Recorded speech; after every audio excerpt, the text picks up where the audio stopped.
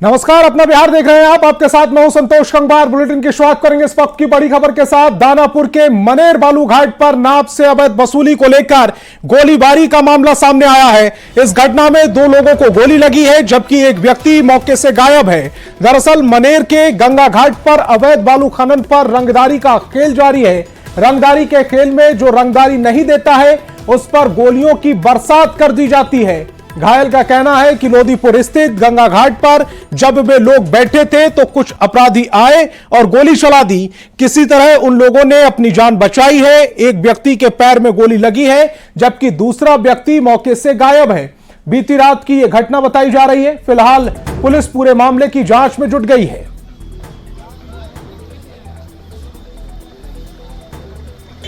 कैसे गायब है? गैला घूमे फिरे रोड पर, वैसे खाए पिए गैला, कहीं जाए घूमे फिरे कैसे तो सोन किनारा ही हमनी के बीच गैला।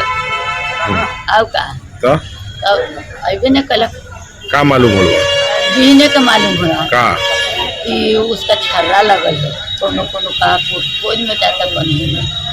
हम वहाँ खाना खा रहे थे, पनीर रोटी खा करके उस पर बैठे हुए थे और उधर से आया 5 लड़का, तो 2 लड़का उधर में रुक गया और 3 लड़का आया तो 3 लड़का में से 1 लड़का ऑफिस पर गया और 2 लड़का हम लोग के पास गया। वो एक आध तब बात किया और डायरेक्ट एकदम ऐसे ऐसे करके लगा गोली चलाने। रात 10 बजे की घटना है। 10 बजे गोलीबारी की सूचना हम लोग को आज दिन में मिली है। रात 10 बजे गोलीबारी की घटना हुई है, जिसमें 2 व्यक्ति की गोली लगने की सूचना है। एक व्यक्ति के पैर में गोली लगी है जो अभी घायल है और दूसरा व्यक्ति लापता है। उसका कुछ अभी तक छानबीन की, अभी तक कुछ पता नहीं चल पाया है। कारण पता क्या है? कारण अभी स्पष्ट नहीं हो पा रहा है। हम लोग जांच कर रहे हैं। जब तक अपराधी सामने नहीं आ जाता है तब तक कुछ कहना हम लोग को। और मुजफ्फरपुर में पुलिस ने भारी मात्रा में शराब को जब्त किया है। गायघाट थाना क्षेत्र के NH 57 पर वाहन चेकिंग के दौरान कंटेनर से भारी मात्रा में शराब की खेप जब्त की गई है। हिरासत में लिए गए ड्राइवर की निशानदेही पर जारंगडीही निवासी शराब कारोबारी सुनील सिंह के घर पर पुलिस ने छापेमारी की, जहां जमीन के नीचे तहखाना बनाकर शराब को छुपाया गया था। पुलिस ने छापेमारी कर 98 कार्टन विदेशी शराब को जब्त किया है। साथ ही 4 धंधेबाजों को घर में ही दबोच लिया। इस कंटेनर से लगभग 35 कार्टन विदेशी शराब एवं 35 बोतल विदेशी शराब जब्त की गई है। आगे वाहन के चालक की निशानदेही के आधार पर डी जारंग ग्राम के सुनील कुमार सिंह जी के घर पर छापेमारी की गई और वहां भी छापेमारी के क्रम में घर के कैंपस में बने तहखाना से एवं कैंपस से विदेशी शराब बरामद की गई है। इस प्रकार टोटल बरामदगी जो है वह 98 कार्टून और 535 बोतल कुल 1101.615 लीटर विदेशी शराब की बरामदगी की गई। और मधेपुरा में भी पुलिस ने भारी मात्रा में शराब को जब्त किया है। पुलिस ने गिट्टी लदे ट्रक से 78 कार्टन शराब को जब्त किया है। पुलिस ने ट्रक के ड्राइवर को भी गिरफ्तार कर लिया। गिरफ्तार ट्रक ड्राइवर की पहचान सहरसा के सौर बाजार निवासी शंभू यादव के पुत्र रंजीत कुमार के रूप में हुई है। पुलिस को वाहन चेकिंग के दौरान यह कामयाबी हाथ लगी है।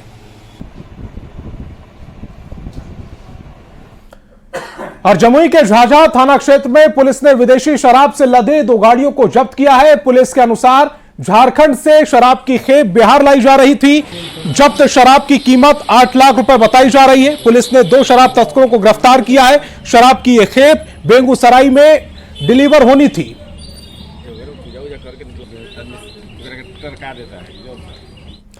और पूर्णिया से बड़ी खबर, जहां एक होटल में युवती का शव पंखे से लटका हुआ मिला है। होटल के कमरे से एक सुसाइड नोट भी बरामद हुआ है। मौके पर पहुंची पुलिस ने शव को कब्जे में ले लिया है। पुलिस के अनुसार युवती अररिया की रहने वाली थी। पूर्णिया के राहुल और युवती निशा के नाम पर होटल का कमरा बुक था। पुलिस को मौके से दोनों के आधार कार्ड भी मिले हैं। पुलिस को प्रेम प्रसंग में खुदकुशी करने का शक है। होटल के सीसीटीवी से पता चला है कि युवक रूम खुलवाने की कोशिश कर रहा है। जब लड़की गेट नहीं खोलती तब वो वहां से भाग जाता है। फिलहाल पूरे मामले की जांच की जा रही है। होटल क्रिस्टल ब्लू के कमरा नंबर 304 जो 3rd फ्लोर पर है, उसमें जब आज चेकआउट था, चेकआउट करने के लिए मैनेजर लोग उसको फोन किए तो फोन जब नहीं उठा तो ये लोग दरवाजा खटखटाए। खटखटाने के बाद भी नहीं है। जब उन्होंने डुप्लीकेट चाबी से खोला है तो देखा कि पंखे के फंदे से एक ओढ़नी से एक युवती का शव लटका हुआ है। तत्क्षण उन्होंने पुलिस को सूचना दी। थाना अध्यक्ष और अनुसंधान करता है, मैं भी घटनास्थल पर पहुंचा हूं। फॉरेंसिक साइंस टीम भी आई है और जांच की है। प्रथम दृष्टया यह प्रेम प्रसंग का मामला है। और पटना पुलिस की एक विशेष टीम ने पटना सिटी अनुमंडल और फतुहा अनुमंडल के विभिन्न थाना क्षेत्रों में लूट और छिनतई और वाहन चोरी की घटनाओं को अंजाम देने वाले लुटेरा गिरोह के 7 सक्रिय सदस्यों को गिरफ्तार किया है। पुलिस टीम ने गुप्त सूचना के आधार पर आलमगंज थाना क्षेत्र में कार्रवाई की। लुटेरा गैंग के मुख्य सरगना वरुण कुमार को पुलिस ने गिरफ्तार कर लिया। गिरफ्तार आरोपी के पास से लूट की एक बाइक, एक स्कूटी के अलावा एक मोबाइल भी बरामद हुआ है। पे टीम को सफलता मिली है और जो लूट छिनताई और वाहन चोरी करने वाले गिरोह का खुलासा हुआ है और इस पे से अभी तक 6 लोगों को गिरफ्तार करके जेल भेजा गया है। और इसका जो गैंग लीडर है उसका नाम वरुण कुमार है, जो दुर्गाचरण बलवरगंज का रहने वाला है। उसको कल गिरफ्तार किया गया है। और रोहतास के डेहरी में रेल पुलिस की बड़ी लापरवाही सामने आई है। रेल पुलिस पर 2 लावारिस शव को पुल के नीचे फेंकने का आरोप है।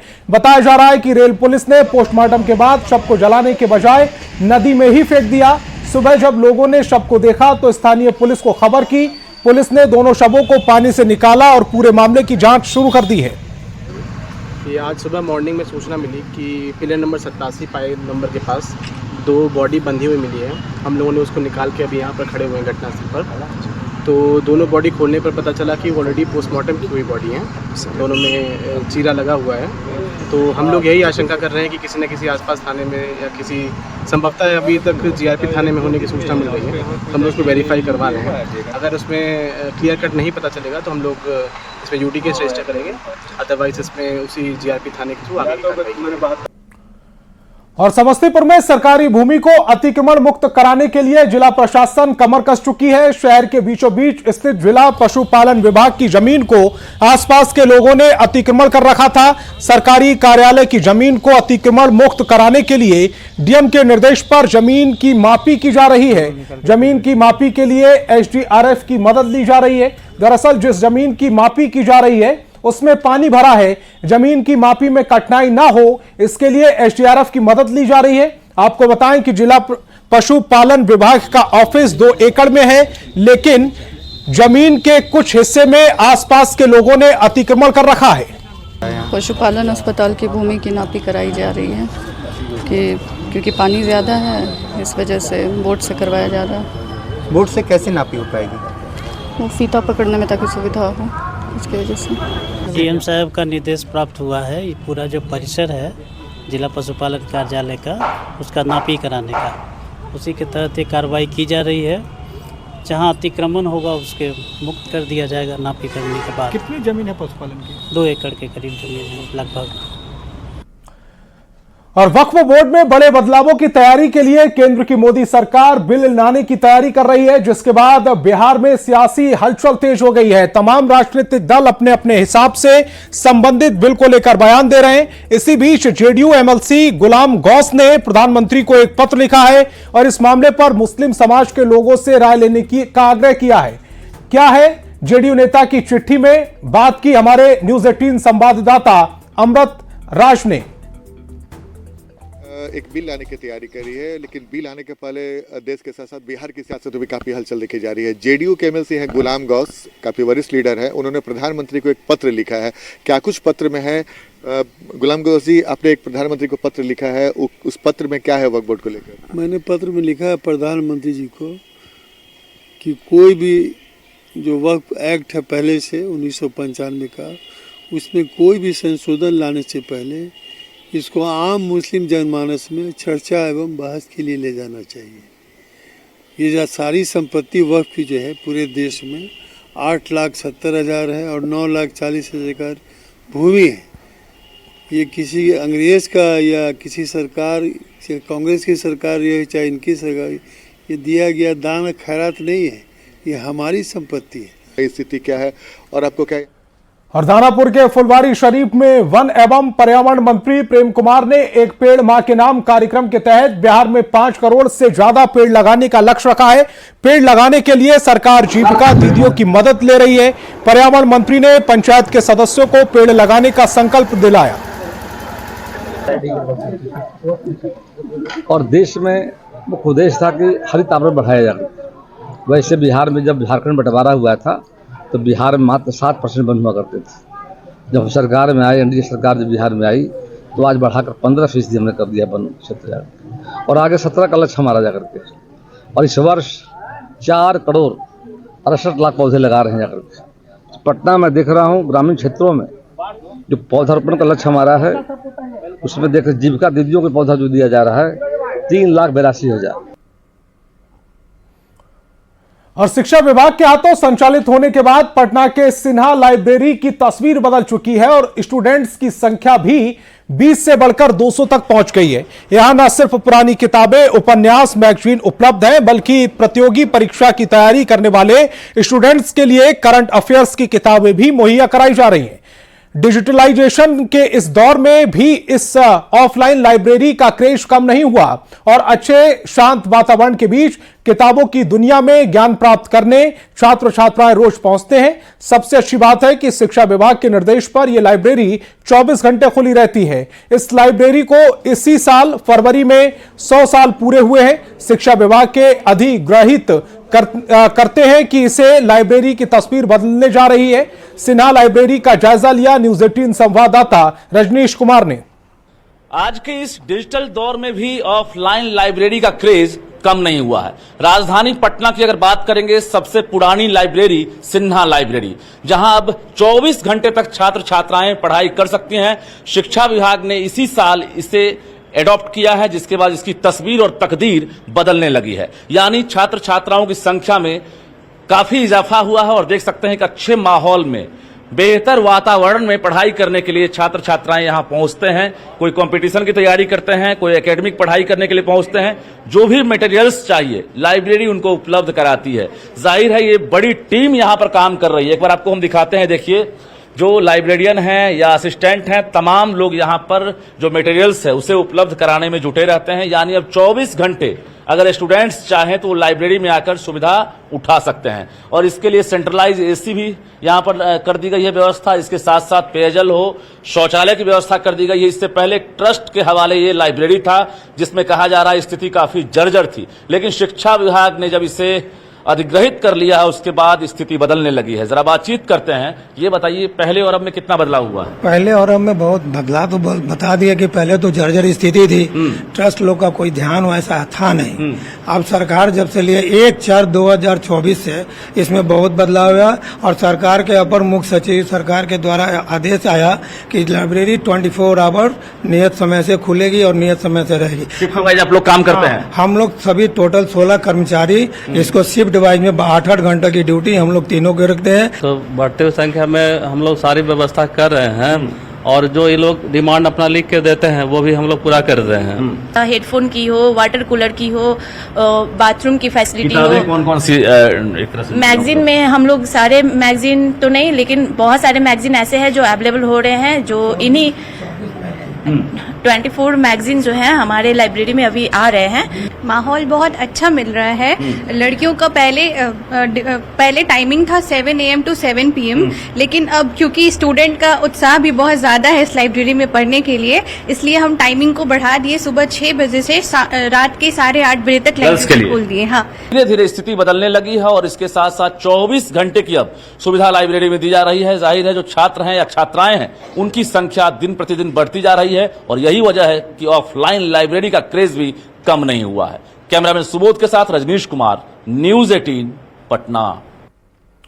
और दिल्ली के कॉन्स्टिट्यूशन क्लब ऑफ इंडिया में महान संत स्वामी करपात्री जी महाराज की जयंती समारोह का आयोजन किया गया। युवा चेतना की तरह जयंती समारोह का आयोजन किया गया।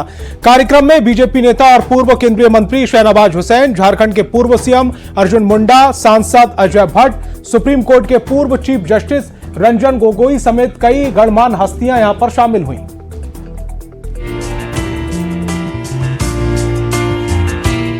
दिल्ली के कॉन्स्टिट्यूशन क्लब में महान संत और धर्म सम्राट स्वामी करपात्री की जयंती समारोह का आयोजन किया गया। इस मौके पर उन्हें श्रद्धांजलि दी गई, साथ ही उनके योगदान को भी याद किया गया। जयंती समारोह का आयोजन युवा चेतना के राष्ट्रीय संयोजक रोहित सिंह ने किया।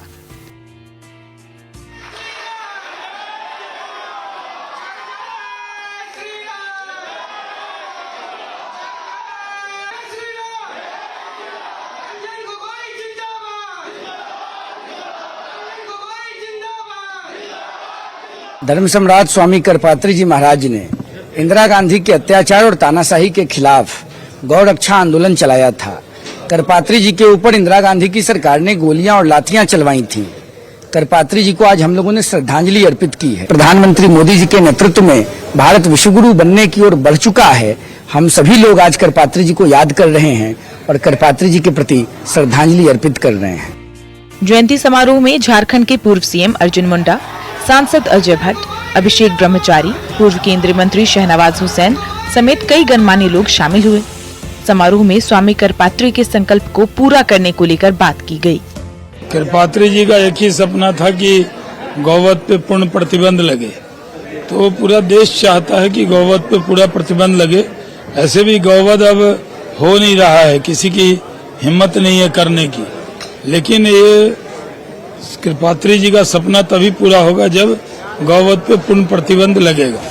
एक विद्वान और संत के रूप में अपनी भूमिकाओं से परे करपात्री जी एक राजनीतिक ताकत भी थे, जिन्होंने स्वतंत्र भारत में गोहत्या के खिलाफ आंदोलन का नेतृत्व किया। संत स्वामी करपात्री जी महाराज के विचार और संदेश आज भी प्रासंगिक हैं। न्यूज़ 18 के लिए दिल्ली से संदीप पांडे की रिपोर्ट। बिहार और झारखंड का सबसे बड़ा टैलेंट रिवॉर्ड एग्जाम का आयोजन मेंटर्स एडू सर्व की तरफ से किया गया।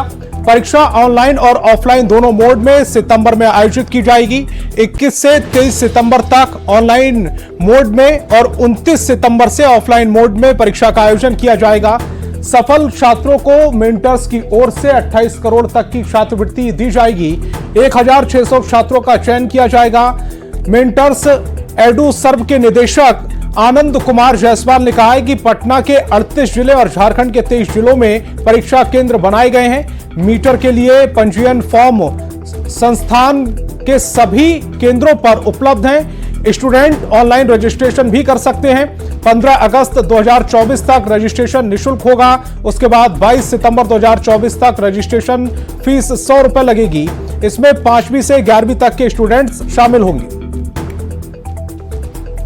टॉप परफॉर्मर बच्चे होंगे, उनको फ्री एजुकेशन, फ्री रहना, फ्री खाना प्रोवाइड किया जाएगा और कुल 1600 बच्चों का चयन किया जाएगा। ऐसा नहीं कि 1-2 बच्चों को हम लोग चयन करके उनको स्कॉलरशिप दे रहे हैं। 1600 बच्चों का चयन किया जाएगा इस टेस्ट से और उन बच्चों को free education, free lodging, free fooding के अलावा उनके जो परफॉर्मेंस होंगे टेस्ट के उसके आधार पर उनको स्कॉलरशिप दी जाएगी।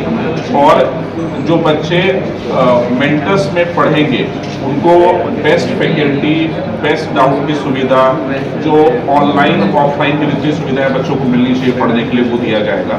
तो ये सारी सुविधाएं अगर बच्चों को चाहिए और वो भी स्कॉलरशिप के साथ, तो उनके लिए ये एग्जाम बहुत इंपॉर्टेंट हो जाता है। हमारा मेंटर्स एडू सर्व टैलेंट रिवॉर्ड एग्जाम। और पटना से इस वक्त की बड़ी खबर मिल रही है। इंडिगो के स्टेशन इंचार्ज चर्चित रूपेश हत्याकांड में कोर्ट का बड़ा फैसला आया है। हत्याकांड के चारों आरोपी को पटना सिविल कोर्ट ने बरी कर दिया है। इस हत्याकांड के चारों आरोपी के खिलाफ आरोप पत्र दाखिल किया गया था। उसके बाद दोनों तरफ से सुनवाई के बाद कोर्ट ने फैसला लेते हुए कहा कि चारों के खिलाफ पुलिस के पास कोई ठोस सबूत नहीं है और चारों को बरी किया जाता है। संजय हमारे संवाददाता ज्यादा जानकारी के साथ फोन लाइन पर जुड़ रहे हैं। संजय, बहुत बड़ा फैसला है जो कोर्ट की तरफ से कहा गया है वो कि चारों के खिलाफ कोई ठोस सबूत नहीं है, इसके चलते उन्हें बरी किया जा रहा है। देखिए, निश्चित तौर पर और पटना पुलिस ने अपनी तरफ से पुख्ता साक्ष्य होने का दावा किया था और कई जगहों पर जो सीसीटीवी फुटेज है उसको एविडेंस के तौर पर पटना पुलिस ने प्रोड्यूस किया था। 350 पन्ने का चार्जशीट भी फाइल किया गया था, लेकिन कोर्ट ने पुलिस के सारे आरोप पत्र को नकार दिया है और जो चारों आरोपी हैं ऋतुराज, सौरभ, पुष्कर और आर्यन जायसवाल, उनको बरी कर दिया है। तो निश्चित तौर पर पटना पुलिस के लिए एक बड़ा झटका है ये।